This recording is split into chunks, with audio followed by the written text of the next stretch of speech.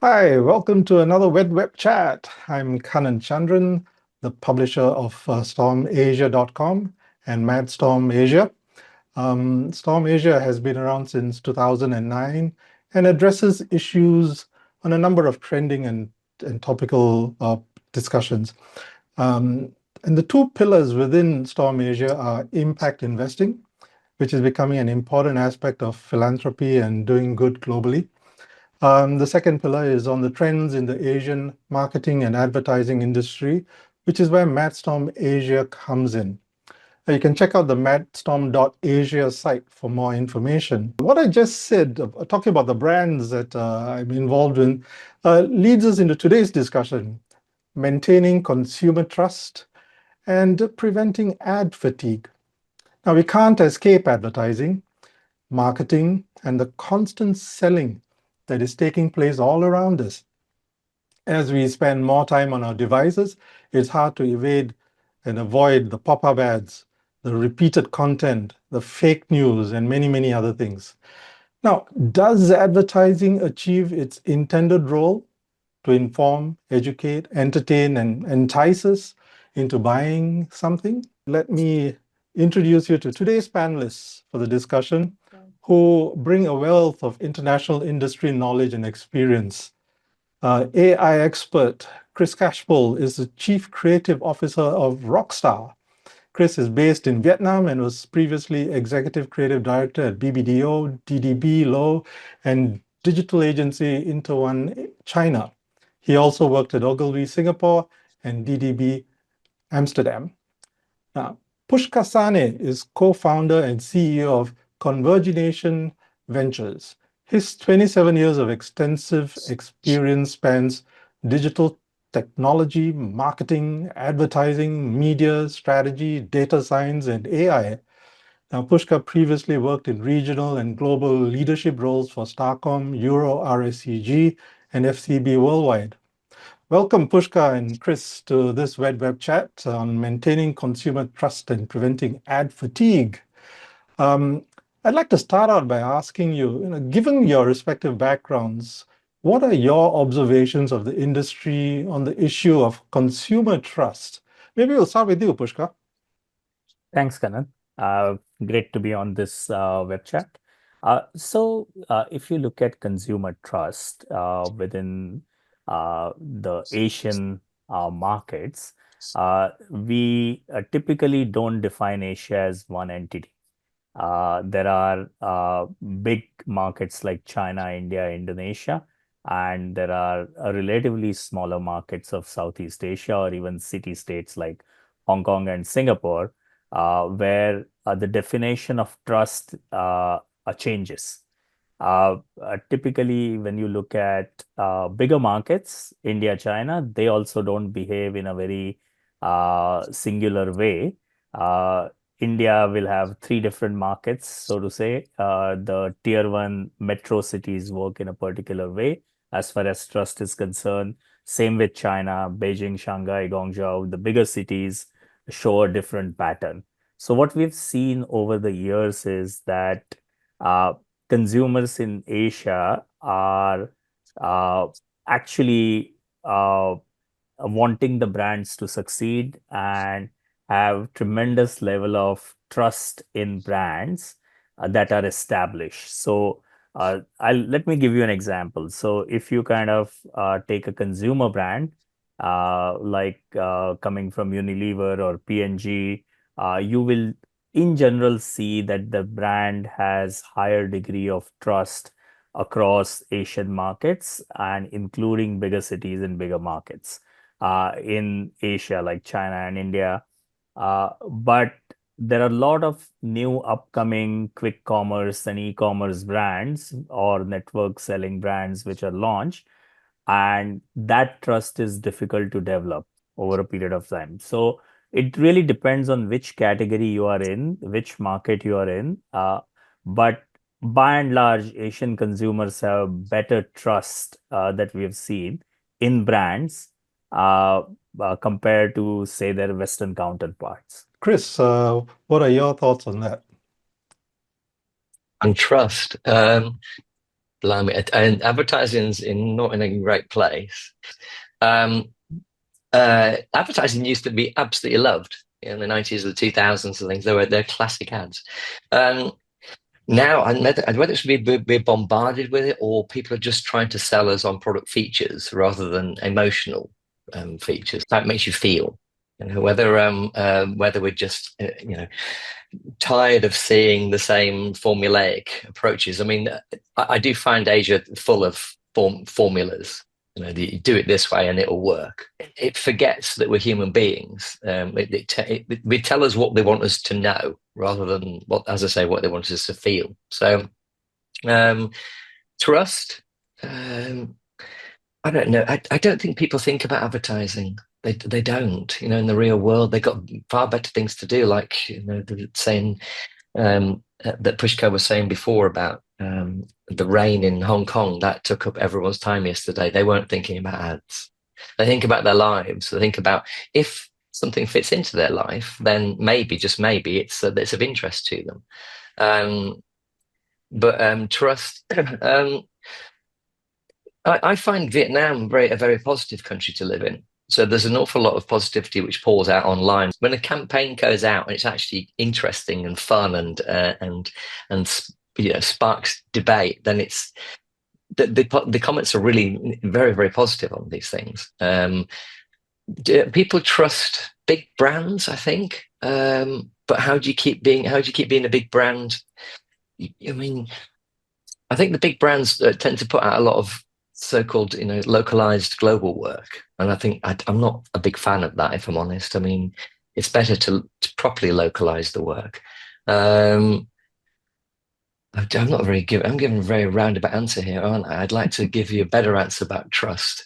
Okay, I mean, it's not a negative thing, but I mean, I pay for YouTube Premium, so I don't have to watch the ads. Kind of says something about advertising now. And my mates do too. Even my big kids do it. They will happily cough up because they want to watch YouTube. YouTube's full of amazing content, but they don't want to watch the ads. The ads are just really terrible. It's almost being used as a weapon, isn't it? If as you say, you're buying YouTube Premium to avoid the ads, YouTube is pumping the ads to make you pay to buy their service, right? So it's being used as a different sort of a weapon now instead of trying to inform you. Yeah, right? that could be the case. Sorry, Pushkar, you were saying? No, I was just adding to Chris's point that, as he was saying that advertising is not the only way to build trust. I'll give you an anecdote. When BYD first came to Hong Kong, okay, they introduced a very non-conventional looking taxi. And people Hong Kong is flooded with double B cars, for example, Benz and BMW. For last 20 years, that is what used to sell till Tesla came along. And when the BYD taxi was introduced against a Toyota taxi, which was like kind of well established, people would actually let a taxi go in the queue and say, I don't want to sit in the BYD. Wow. Okay. Because it was a hybrid electric vehicle that was introduced, and people would actually let it go and wait for the regular taxi to come along.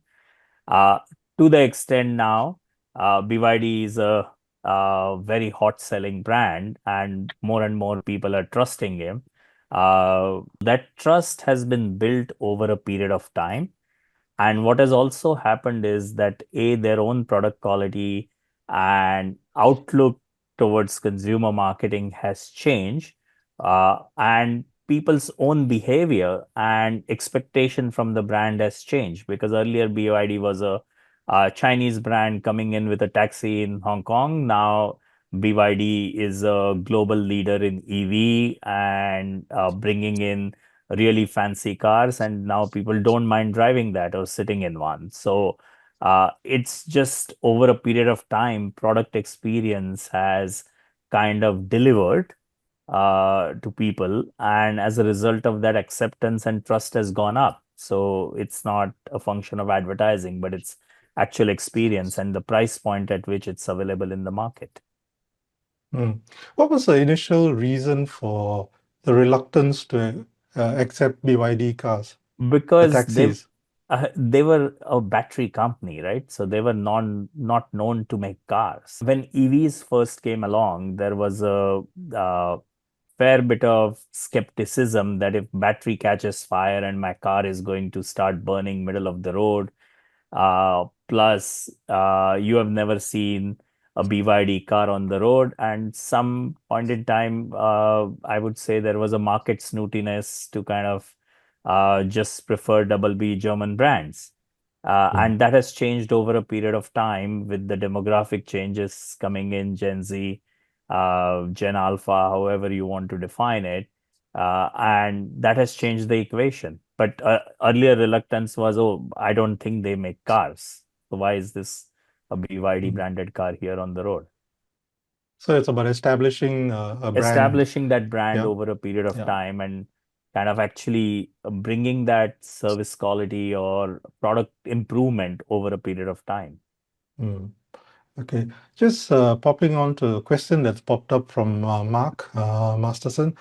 He wants to talk about brand trust as a legacy device, something that is an almost past tense commodity, which large brands have banked but have been squandering. And as advertising is rapidly becoming just noise, what is advertising? He's absolutely right. What is advertising? What the hell are we doing? What do we get paid for?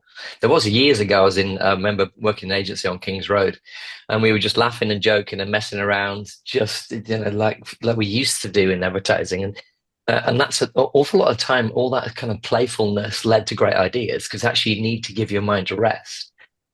Just to mull over things and let your subconscious mind to think, and you come back with some crazy, amazing stuff. And sometimes the clients buy it.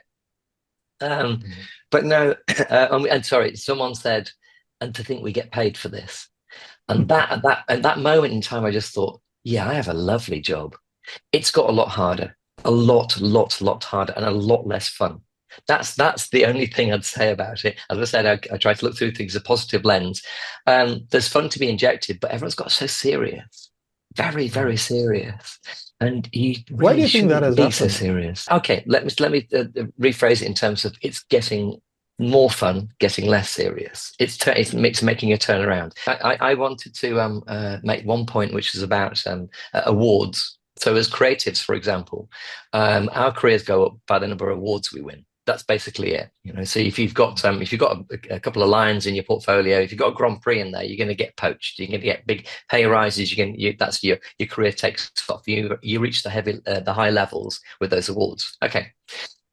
In probably the last 10 to maybe 12 years or so, purpose has been winning a lot. So if you're trying to save three-legged cats in Cambodia, then it's great, and you attach a brand to it. Fantastic. And it's great for the three-legged cats who doesn't sell anything. It sells nothing. These purpose things, they don't sell anything. And I'll get a lot of flack for that, I'm sure. But we're not here to save the world. Advertising is not here to save the world. It's here to sell stuff. It's to move things around. It's actually to keep business going. And by keeping business going, we keep a lot of people in business. The people who make the products, people who deliver the products, people who sell the products, the people who make the wrapping for the products, the boxes, everything, even the services as well. Everything has people involved in it, and those people, hopefully get paid. They've got lives. So it's actually, whereas advertising become a dirty word for selling. We don't want to sell things. Well, actually, it keeps the economy going, and it's really good for the economy. And you don't have to do it in a salesmanship way. I mean, I wrote a student wrote to me when I was at DDB. I was at ECD at DDB, and a young student wrote to me, and she said, "I don't like advertising." That was her opening gambit to get an internship. I've instantly fell in love with her. Her premise was, I don't like advertising. It's quite poor now. Certainly in Vietnam it was. She said, I think it should improve. And I think, someone like me doing an internship, I've got new ideas, fresh ideas. I can bring something new to the table. That was her point. I wrote back to her, I said, I hate advertising. I said, nobody likes being sold to. Not even salesmen like being sold to. We like being entertained. We like being made to laugh. We like being made to have emotions. Sometimes we like to be made to have such deep emotions. We get tears in our eyes. But we try to make things memorable. So what is advertising? Advertising, it used to be dramatizing a product benefit. So you take a product benefit, you take something very specific and you dramatize that. The loudest thing in a Rolls Royce at 60 miles an hour is the clock. And that's what it used to be. So it's dramatizing the fact that it's incredibly well engineered. So it's a very, very quiet car. I got caught out in China because I did work in China. In fact, I actually worked for BMW in China. And they used to sell between 450,000 and 500,000 cars a year. I can't imagine it's that now. BYD really will have taken over. I also worked for a company that was called Libratone, and they were Bluetooth speakers. And I went to see the owner of Libratone, and I said, can you tell me about what's special about the speaker? And he said nothing. I said, what? And he said, well, it's a Bluetooth speaker. What do you want me to say? I said, well, are you going to talk about quality? Are we going to talk about how it's built? I wanted to get under the nubbins. What's really interesting to talk about this? He said nothing. I said, well, what, but we need something to advertise. We need something to dramatize. We need something to interest people into buying it. And he said, Chris, let me tell you something. In China, people will buy this because someone famous is holding it. Said, oh my God. Is that it? Yes. Okay, so we get a famous person to hold it, and they're going to sign their name on it. And depending on what budget we've got, how famous the person is. Okay, so we don't need to talk about it. No, because if he's got it, I want it, and if I've got it, then they're going to want it. It completely undermined all the rules that I had about advertising. You try to find something interesting to say. I think advertising now, which as I said, I think it's turned a corner. It's becoming funnier, which is a great thing. I think we're getting our purpose days behind us. The purpose stuff has won loads of awards. I think it's created an awful lot of people who actually can't sell stuff. So some really, really talented creators who could do amazing ads, basically for charities, but they can't sell anything. They don't sell products because that's not what they've done. They've built their careers. They've got loads and loads of awards because the awards have driven the careers. So you end up at the top and you've won awards for saving the world. You haven't sold a thing. And that's a very contentious thing to say, I'm sure, and people get very pissed off with that because that's not the sort of thing you're supposed to point out. But the awards have dictated the direction of the industry. It's gone well away from selling stuff. Now it's coming back to selling, and I think it's doing it with humor. One of the ads I saw was from BBDO in Thailand. It's fantastic. It's great fun, just brilliant fun, just stupid and mental and great Thai style. There is a Thai style, definitive Thai style. Yes. It's zany, madcap, and silly, and just very memorable. And there's an agency called Giggle in the Philippines, also doing brilliant work. I went to AdFest this year, and they were the standout agency doing just fun stuff. Really fun stuff and daft. And you think you're having fun. You're having fun. Yeah. And I sometimes write on LinkedIn when people put new campaigns up, I said, you are having way too much fun. Like Liquid Death is continuously jabbing the industry, just and mocking the industry. It's brilliant. So I'm rambling now, but there are some great agencies. There's a Rethink out there in the States. There's Mischief. I mean, these are run by people who just as seeing the fun bits, and that's what's memorable. We laugh when we're laughing at things, we remembering them and sharing them. Yeah, Pushkar, you wanted to say something? Fundamental shift that has happened over a period of time. Earlier, from a consumer standpoint, advertising was the only source of entertainment and information as it relates to brands. Right? Over the period of last 20 years, if you look at it, first with search engines and people having ability to search and find out information about brands or product categories themselves. And now with the advent of social as well as AI coming in, you can see apart from the creative guys having fun, everybody else is having fun. They're making memes, they're making those ads faster than the creative guys. So consumer is no longer dependent on the narrative set by the marketers or advertisers. So to say, they can find out information about the products and brands on their own. They can do the due diligence, and it has become a lot more experiential that they will look at more of the peer reviews and peer experiences across their social networks to come to a judgment. So the advertising's role in building that value for the brand per se has diminished in a way. It has not gone away, but it has diminished because somewhere a lot of advertising is being pushed out either for awards or without the real consumer insights, actually failing to understand what people want, what they need, why they do certain things, and why those behavioral shifts are taking place. I'll give you an anecdote.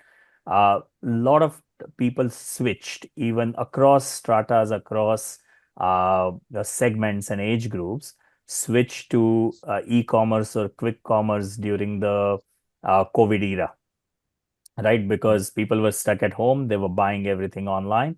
Now, after everything has reopened, there is still a trend that they go to retail, see the product face to face, but then will go online entity to buy it and find the cheapest deal, right? So there is a fundamental behavioral shift that has happened.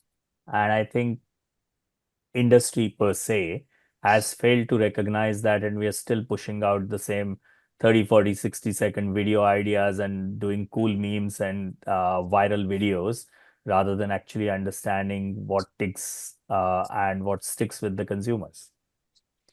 I think a lot of advertising has gone into the social media space now, right? But the problem with that is the algorithm keeps pumping things which they feel you want to see.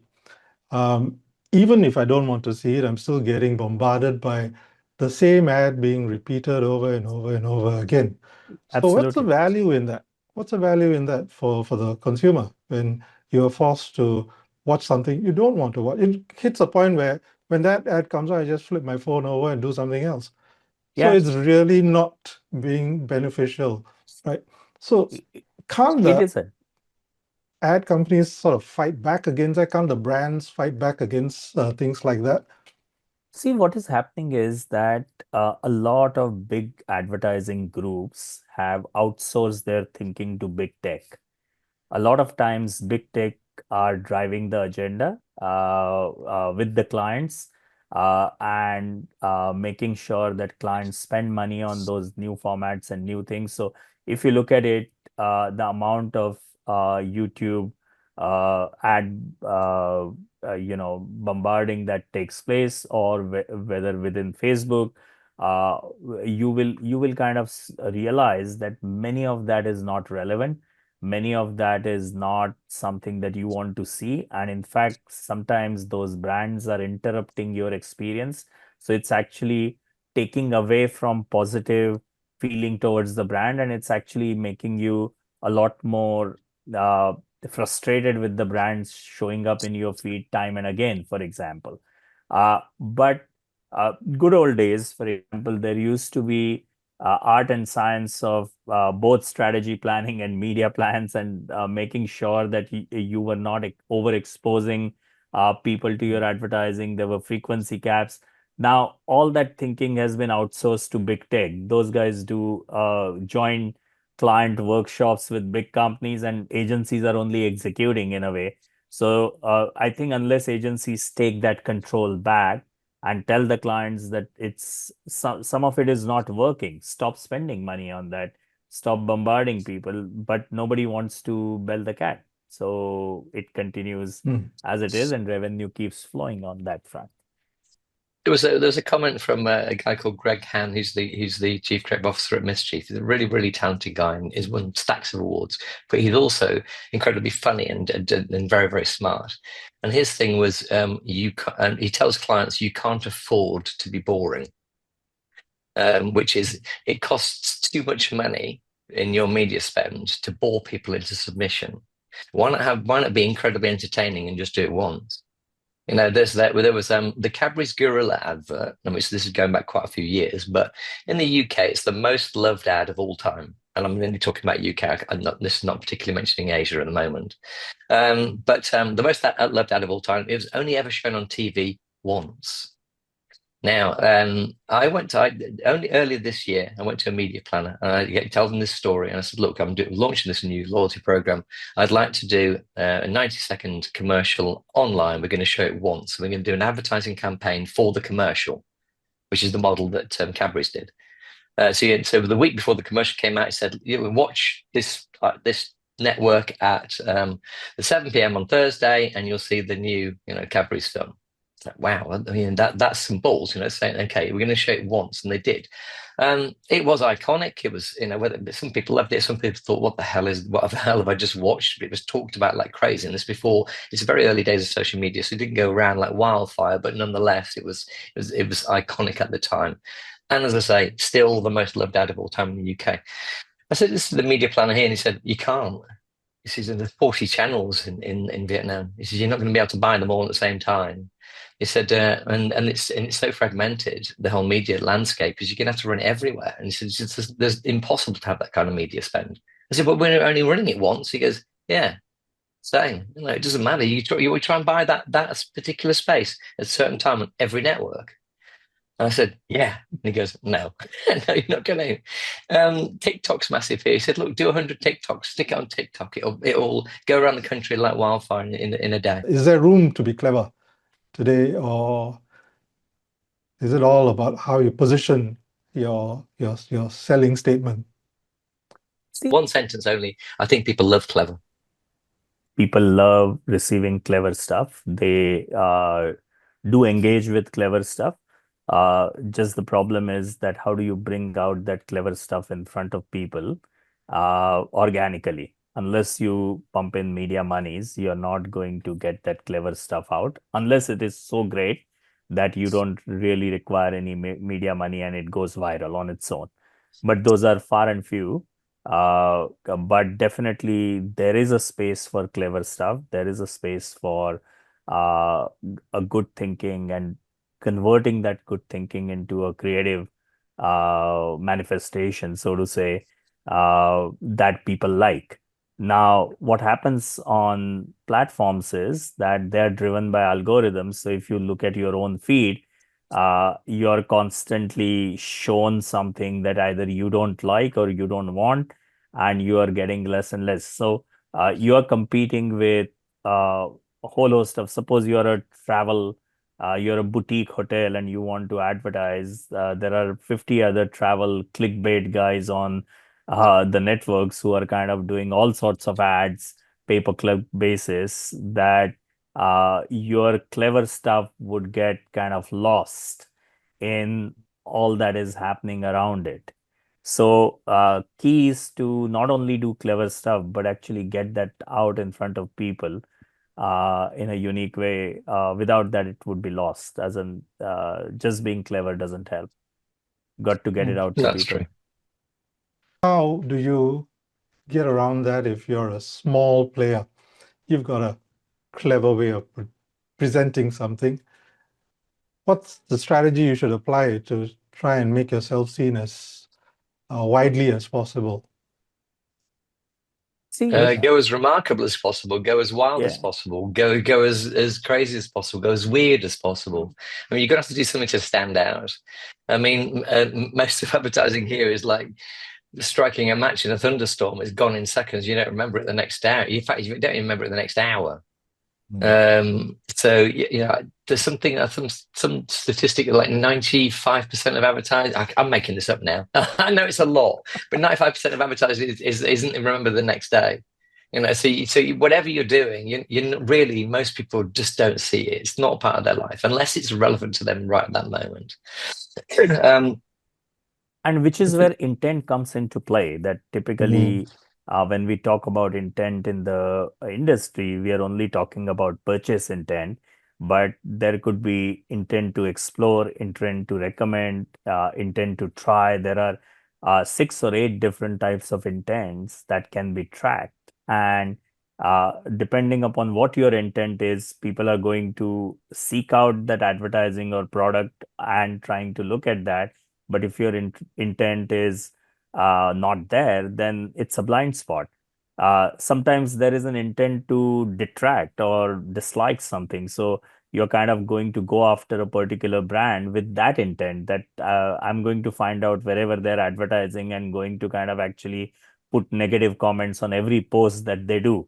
So you are actually seeking that out at one point with a more negative approach, but you have an intent. So if you don't have an intent to engage, it's a blind spot.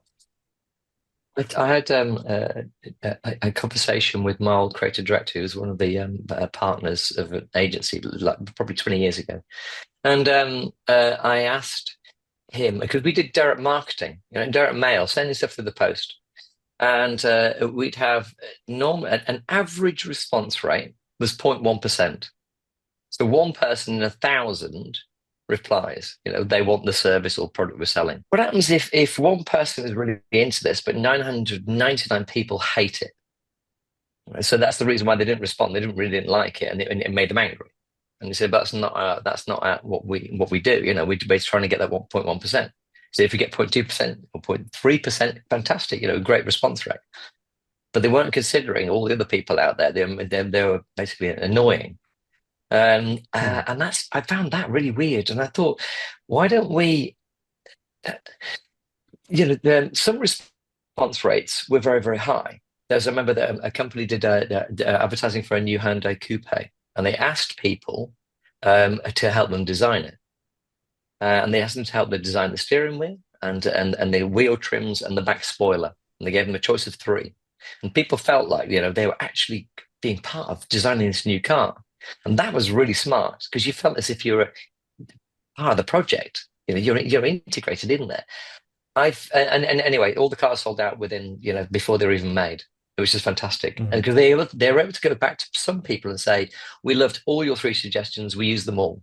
And we loved, 2 of your suggestions, 1 of your suggestions. We actually didn't choose any of your suggestions, but see how you think and what it looks now. Do you like this?" And so they use the data. That's a smart way of using data, I feel, which is playing it back to people and telling them about, we value basically your input.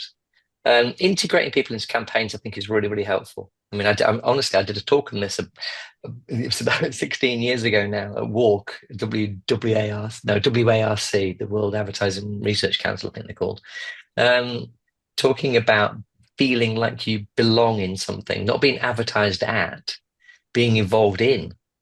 So that you're asked questions, you're made to feel as if you've got part ownership of something and the direction of it. For example, I proposed to a supermarket to ask people a series of questions, keep asking them questions to feel as if they're molding the future of the supermarket. For example, even like the easy stuff in terms of, we're going to do it anyway. Yeah. Would you like us to open more tills at busy times? It's almost like, well, of course, yes. Well, we're going to do it anyway, but we can structure it so that we can say, we listen to you. We've decided, thanks to your input and many other people like you, your positive input, we're going to open more tills at busy times. Fantastic, great. And then the person thinks, oh, wow, I'm part of this. And they tell their friends. They feel as if they're part of it. I said to them, if for whatever reason you ask them a question and the majority say no, don't do it. Really do listen to people. So I do feel as if you involve people in your campaigns, a lot of digital work does that. It's because it's quite interactive and it's quite, you can get feedback straight away on things. Yeah. If you involve people, then there's a lot more interest level rather than just being advertised at all the time.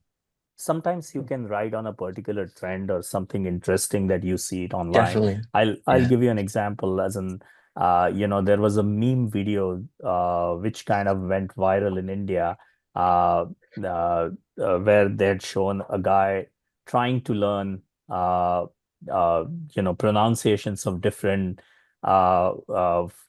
French and European food items, and within that, instead of croissant, he kind of says he hears it and then repeats it at Prashant. Prashant is a name in India. So Lovely. with that surprised experience, and that video kind of went viral. So a couple of brands, and specifically Britannia, jumped onto them. They have a pack, croissant pack, where they actually printed Prashant instead of croissant and Brilliant. put it out in the Brilliant. market and send it to that guy. So now that is actually understanding consumer trend that is going on. It's not going to be long term, but now many people have started to call croissant Prashant. That give me one Prashant, walking into a Brilliant. coffee shop, and some Brilliant. guys actually changed their menu. So nice. So So nice. this is riding on a particular trend which has Mm, kind of gone viral through a meme, and how advertising has adapted, or sometimes even on-ground coffee shop product delivery. And these are sometimes small coffee shops, boutique ones, not part of a mm, big chain, but changing their menu to say chocolate prashant, almond prashant, whatever, to kind of have a complete menu around that. So this mm. is an example of adapting, and then people appreciating this clever idea. Uh, Yeah. uh, Kind of resonates with people a lot more. That's very Definitely. sharp Yeah. and quick on the uptake, isn't it? Yeah. Yeah. Very good. But yeah, Yeah, yeah, you you know, have to be. just based on your experience in the various markets that you've operated in, what are the kind of ads that work well in those markets that you can talk about, and what doesn't work? Vietnamese clients, in my general opinion, believe works here is only things that are Vietnamese.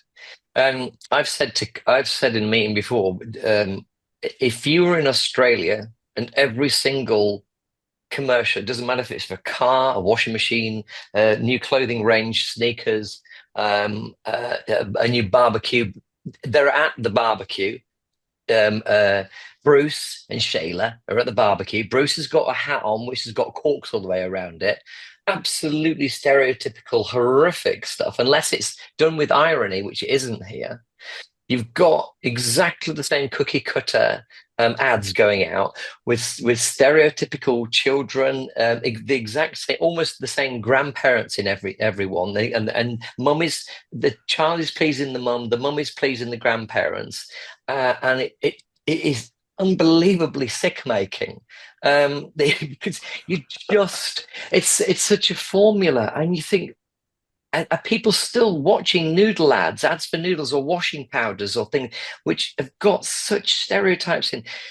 What I've seen, though, is that the 20-somethings coming through now, they've been born with the internet. They've been born with exposure to the rest of the world. And they've been born with the exposure to great advertising of creatives, certainly in Vietnam, incredibly talented. Very, very talented, really, really smart, really cool. And they really are trying to impress. I think they're being held back by very traditional clients and very traditional bosses in their agencies. In Vietnam, and maybe I think in China too, when I worked there, where agencies kill more ideas than clients ever will. Internally, your ideas are killed far before they get anywhere near a client. It's tough going. It really is tough going. And I don't think there's not most people can, but most suits can. So I said the client service, they can show, but they can't sell. They don't know how to sell. There's not. I don't think there's much education going on. That's my worry. That people are too busy these days. An awful actually, people are too busy being busy, booking meetings to discuss when they're going to have the next meeting, and sometimes they miss a meeting because they're in a meeting discussing when they're going to have the agenda for the next meeting after that meeting, and they go home thinking, "Oh, I've had such a busy day. I've had so many meetings today." Meetings talking about when they're going to have the next meeting. The meetings absolutely should be only 15 minutes long. 100, nothing, anything longer than that. If you've got a point to say it straight away. No small talk. Get out. Sit on spikes if you have to. Some people said that, you make the desks uncomfortable, make the no chairs in a room, and get people out quickly. When you're talking, you're not doing. I talk a lot, but I also do a huge amount because I like to spend time doing, because that's the stuff you get paid for. You don't get paid for talking. Do you think it's too structured, too hierarchical in agencies? Yes, because yeah, you do what you kind of do what you're told. If there's someone above you, you're supposed to do what you're told by them. You're not supposed to challenge. There's an awful lot of yeses needed. People say yes, yes. Can you do this? Yes. Can you do that for me? Yes, yes, yes. And most of the time they actually can't, or they don't know how. Or there's lots of pleasing going on. We need to please people. We've got to please people. There's an awful lot. So I used to say, I wanted it tattooed on the heads of all the suits in reverse. So you see it in the mirror every morning. All the account management at BBDO in Vietnam, I wanted them to have before yes, ask. So please put that on your head before you say yes to a client, ask the agency, can we do it by next Thursday? Can you change the color to blue? Can you change this person's body? Can you do whatever it is? Please don't just say yes, yes, yes, yes. Because a lot of time the answer is no. No, we can't. It's impossible to do it by Thursday. We're going to have to work all weekend, all night. It's just, oh my God, seriously, going to call in other people and that's all the favors under the sun. Please, let's just ask us first. Yeah. But it has also to do with Pushkar, yes. the quality of Same question talent. to you, yeah.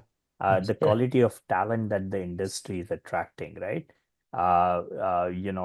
It is easier to kind of put it on suits, but a lot of times these days you're not getting the right kind of talent because agencies don't pay that well.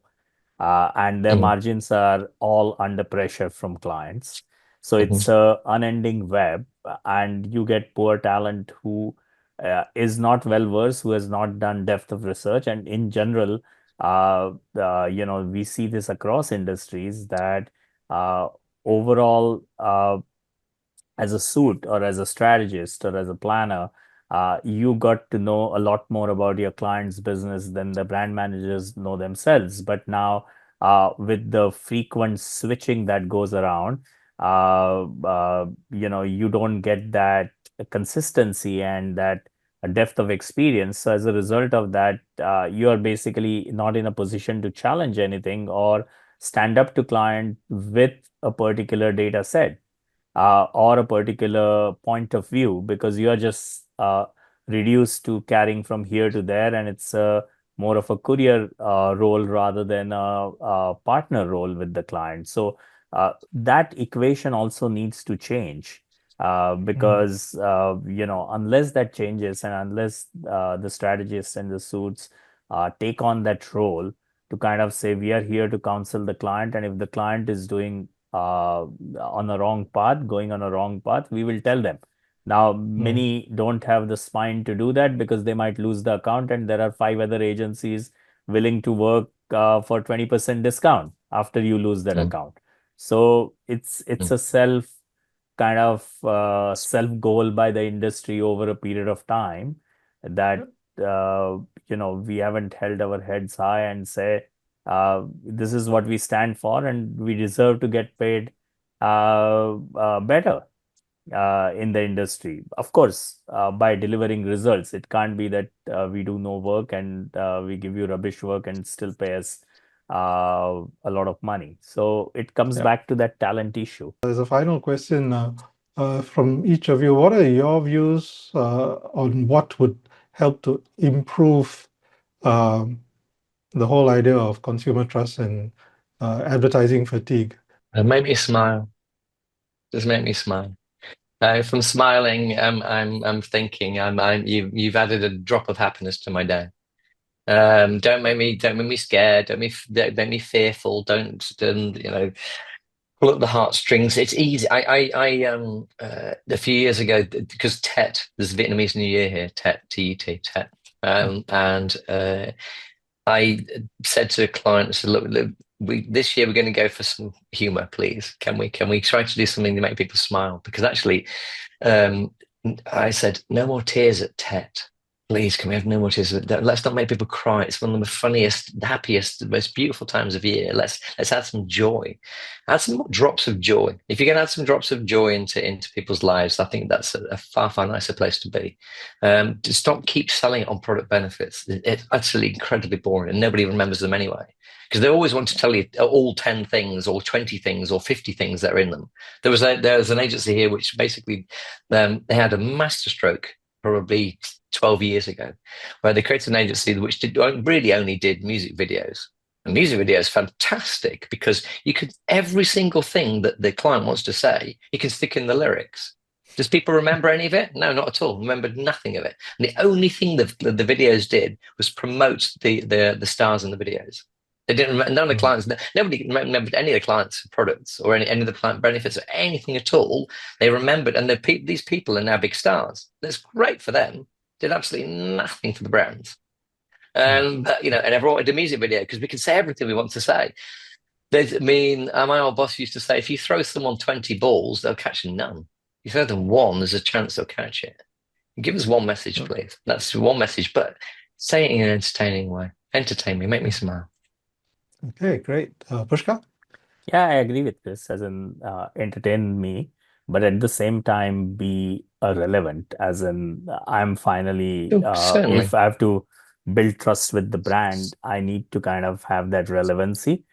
You might be entertaining, but not relevant, then I'm not going to have my trust in your brand, or I'm not going to buy it. So make me smile, entertain, but actually tell me why Relevance. I need to, transact with that brand or need to have that relationship with that brand. See, there is no one magic bullet answer to how can we improve trust and reduce the ad fatigue. But I think at the fundamental, this thing, people need to invest in actually finding out who they call consumers, their people. Typically, if you sit in any marketing briefing meeting, you will see a brand manager defining the consumer as if that he or she has nothing better to do but to buy your brand, and by using that shampoo, then the whole day looks just great. While you are actually a very small part of their minuscule part of their day-to-day life and day-to-day worries. So at the end of the day, find that relevance, try to understand people and what they're going through, then you can be a lot more relevant and effective, and that's how you build trust. Great. Thank you. Chris Catchpole, Pushkar Sane, thank you for wonderful insights, because I think it's all very real, right? It's all experiential things that you shared with us. Essentially, I think advertising is about selling, and people want to be sold, don't mind being sold to if they can engage with it and find it entertaining. But as you've both pointed out, it's forgotten very quickly as well. And in all that sea of stuff coming at us, how do you stand out? So looking for that is going to be key, I think, for advertising agencies down the line, the creatives and the suits to come together and figure out what works best for the client. Because at the end of the day, it's a business. And if you can't sell what you need to sell to the people that matter, then you kind of lost the plot.